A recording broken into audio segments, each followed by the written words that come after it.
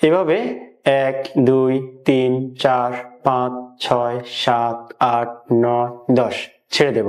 সুপ্রিয় দর্শক, আসসালামু আলাইকুম। আমি ডাক্তার জাকির হোসেন, ফিউচার হেলথের specialist pain management unit pain কিউরের পক্ষ থেকে আপনাদের স্বাগত জানাচ্ছি। আজকে আমি আপনাদেরকে হাঁটু ব্যথা পরিত্রাণের ঘরোয়া কিছু এক্সারসাইজ দেখাবো, যার মাধ্যমে আপনি হাঁটু ব্যথা থেকে খুব সহজেই পরিত্রাণ পেতে পারেন। প্রথমে আমরা হাঁটু ব্যথার যে এক্সারসাইজটা করব, প্রথমে আমরা এই যে হাঁটুর যে বাটি বা আমরা যেটাকে প্যাটেলা বলি, এই প্যাটেলাটা মোবিলাইজ করে নিতে হবে। এভাবে প্যাটেলাটা আমরা এভাবে ধরবো, ধরে মোবিলাইজ করার পরে আমরা এভাবে হাঁটুর নিচে একটা বালিশ দিব।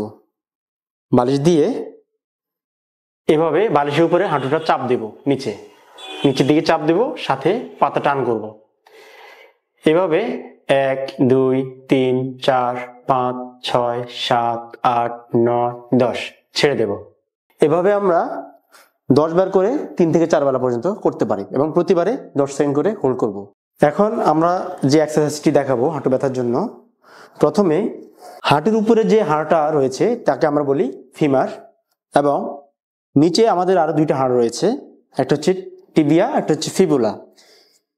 আমরা প্রথমে হাঁটুর জয়েন্ট লাইন, এখানে একটা হাত আমরা ফিক্সড করব, করে আরেকটা হাতকে আমরা এভাবে নিচের অংশে ধরে ভিতরের দিকে চাপ দেব।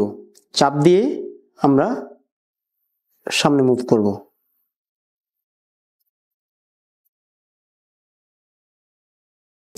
এভাবে আমরা এই ব্যায়ামটা 10 বার করতে পারি।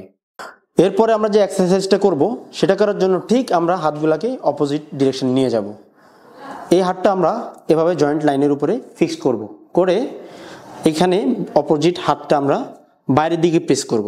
এটাকে ফিক্সড রেখে এটাকে প্রেস করব, প্রেস করে আমরা মুভ করব সামনে।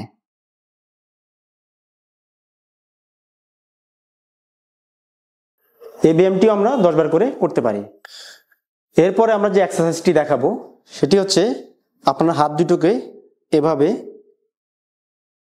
হাঁটুকে ভিতরের দিকে রাউন্ড করে প্রেস করবেন, প্রেস করে সামনে মুভ করবেন।